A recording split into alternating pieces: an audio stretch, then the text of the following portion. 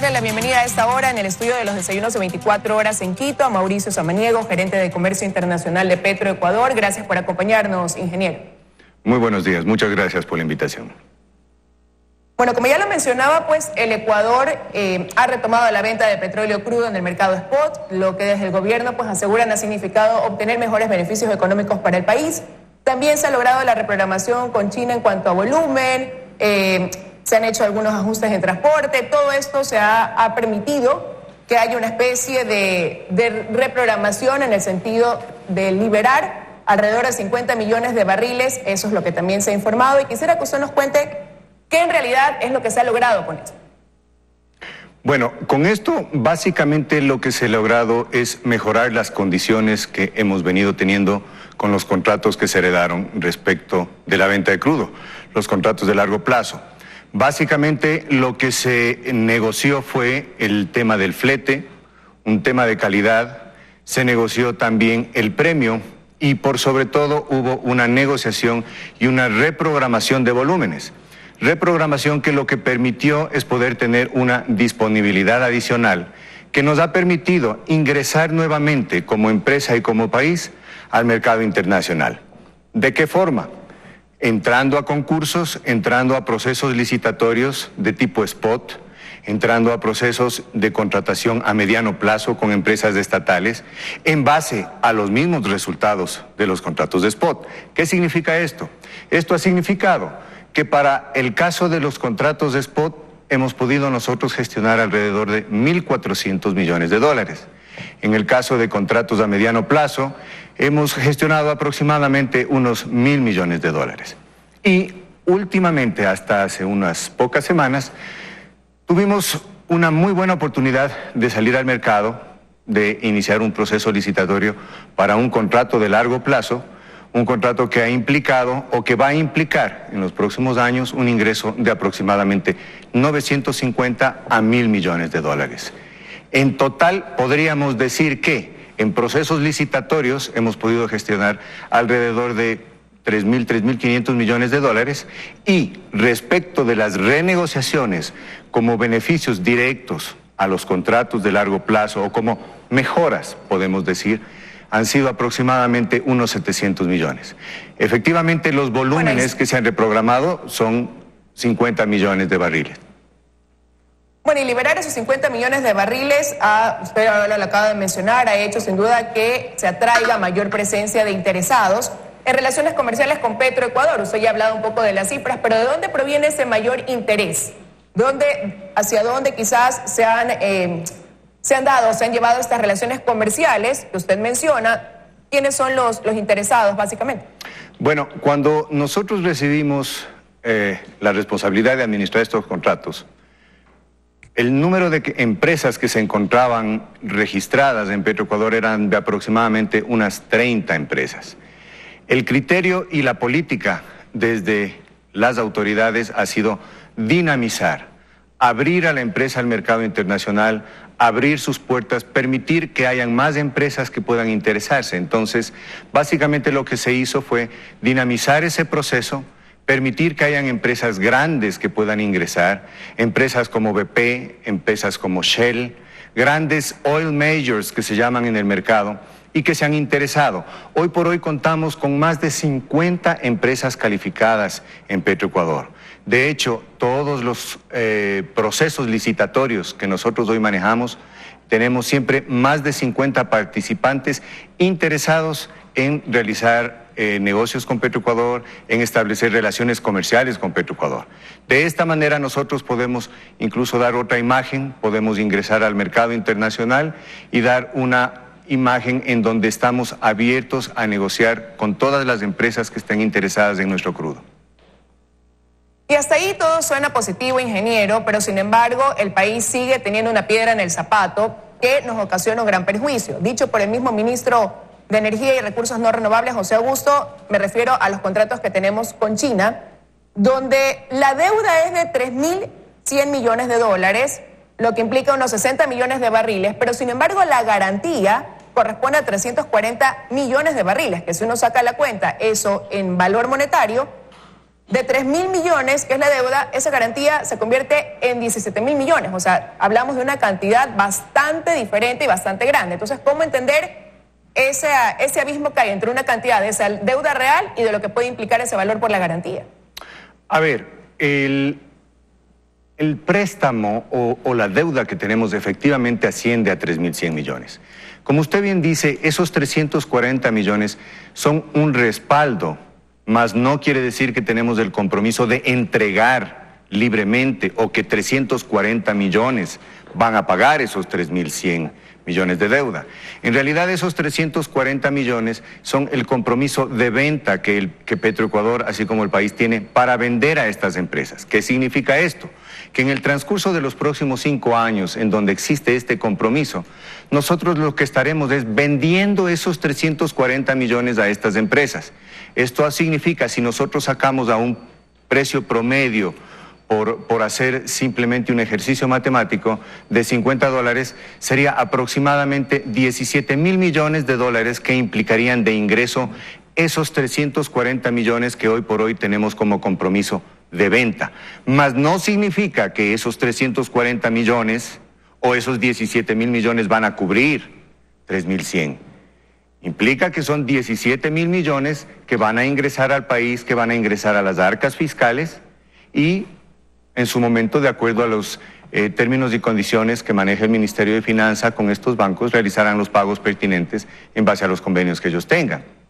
Ahora, como usted bien dice... ¿Cómo es hoy por hoy esa relación de la venta a China? Y se lo pregunto porque lo que se han calificado estos contratos como lesivos, ¿no? Con unos candados que precisamente lo que hacen es bloquear o perjudicar el tema del volumen también de la venta. Entonces se dice que efectivamente a través de esos contratos con China y Tailandia se vende el petróleo a un precio menor. Normalmente, ¿cómo podemos hacer esa ecuación? ¿A qué precio lo venderíamos en otro mercado y a qué precio, debido a esos contratos que, repito, han sido calificados por el mismo gobierno como lesivos, se lo vende a China? Bueno, cuando hablamos de candados, nosotros nos referimos a que son contratos que, si bien tienen una relación con un financiamiento, ¿qué ocurre? De acuerdo a los contratos y a las cláusulas comerciales, implica que, aunque se pague la deuda, existe un compromiso de venta. ¿Esto qué quiere decir? Que nosotros podríamos pagar, posiblemente si es que tiene el país los recursos, pagar esos 3.100 millones, sin embargo, no se quita la responsabilidad y el compromiso de venta de esos barriles. Es por eso que hablamos de un candado, porque no quiere decir que pago y puedo salir del contrato.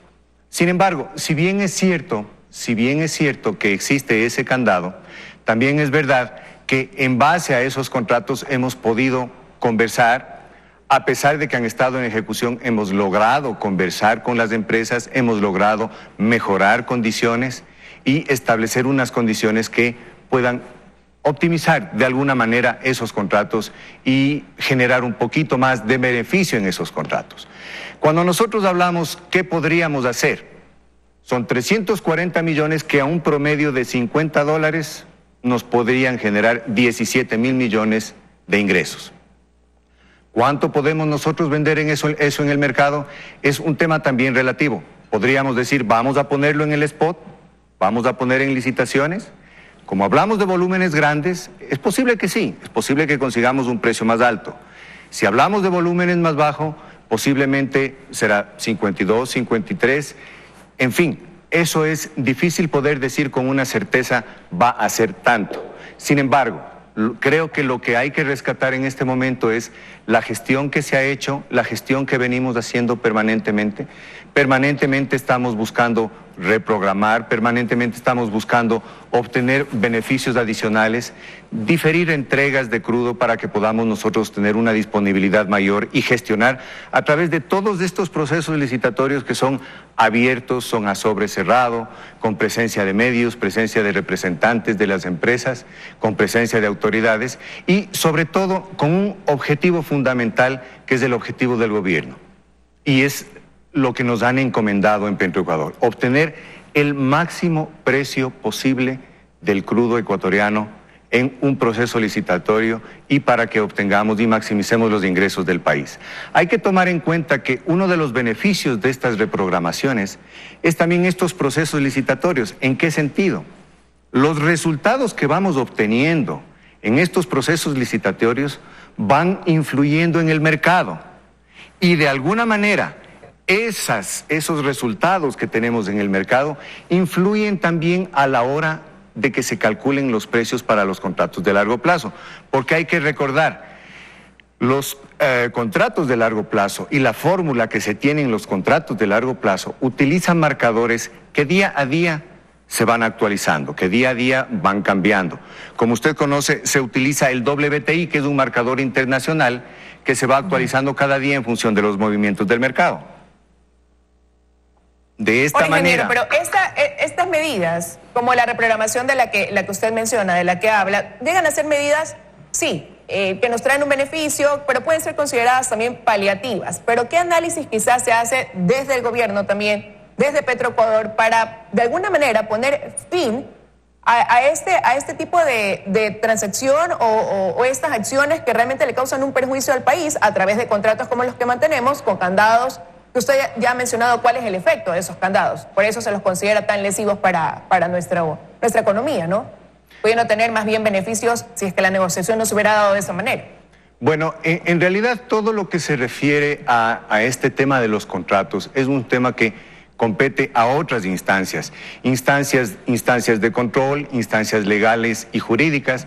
Hay que recordar incluso que estos contratos han sido examinados, han sido auditados, y dentro de sus observaciones, dentro de sus recomendaciones, en ninguna de sus partes establece un tema de nulitar los contratos. Sin embargo, sí contemplan muchas observaciones, muchas recomendaciones que nosotros estamos todos los días observando, siguiendo, cumpliendo con esas observaciones. De hecho, como ejemplo le puedo citar que una de esas observaciones y recomendaciones de las entidades de control en su momento fue revisar el tema del flete en la fórmula.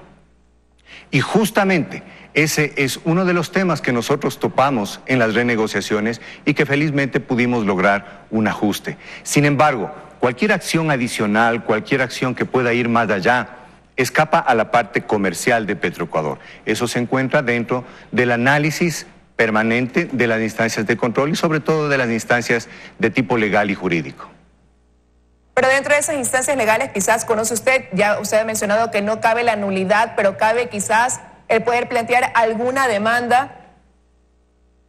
Bueno, no digo que no quepa o si debemos ir o no a una demanda, porque no me compete a mí, no soy un experto, no soy abogado, pero eso es un tema que efectivamente a la instancia legal y jurídica le correspondería establecer. Lo que sí yo podría decirle es, desde el punto de vista comercial exclusivamente, que si no cumplimos con los contratos, efectivamente se vería como el incumplimiento, el rompimiento unilateral, y como usted conoce, en estos contratos y en cualquier contrato que se encuentre en vigencia y que se está ejecutando, podría traer, por supuesto, ciertos inconvenientes o ciertas consecuencias que yo no las puedo decir.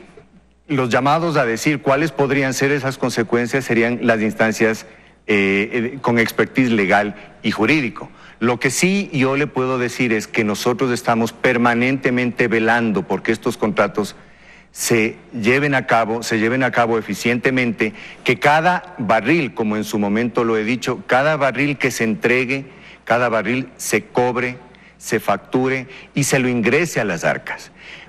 Que podrían ser mejores, definitivamente, podrían ser mejores. Hemos podido comprobar incluso con el último proceso licitatorio que se pueden obtener mejores precios. Definitivamente, eso es indudable.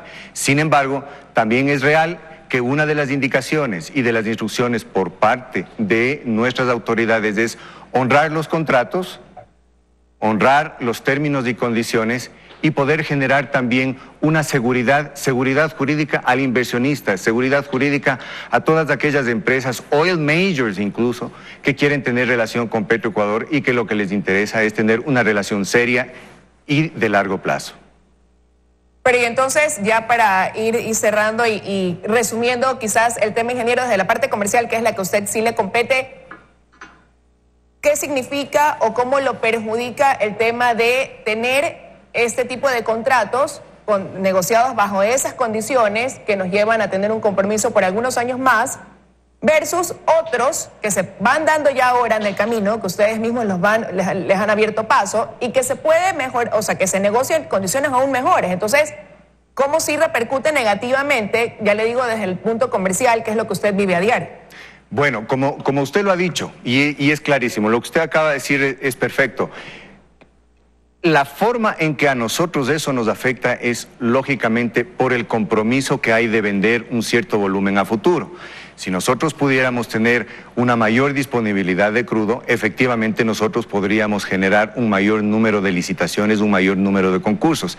Y es por eso que nosotros permanentemente estamos en conversaciones, es por eso que permanentemente estamos tratando de diferir de alguna manera ciertas entregas en el tiempo, que no significa reducir los volúmenes, solo significa diferir los volúmenes y que nos permita tener a la presente fecha un mayor número de barriles, una mayor disponibilidad que nos pueda permitir hacer este tipo de contratos. De hecho, nosotros contratos de este tipo hemos podido lograr con esa renegociación.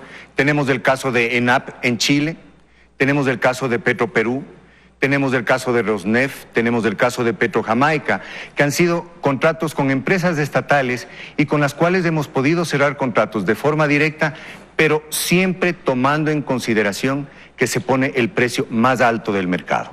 El precio obtenido en un concurso, el precio obtenido en un proceso licitatorio abierto, público, en donde todos entran a pujar y a poner el mejor precio. Entonces, claro, ¿qué perdemos o qué no nos permite de alguna manera estos contratos? Por la disponibilidad es no tener más contratos de esta naturaleza o no poder de alguna manera proporcionar una mayor disponibilidad de barriles a estas empresas.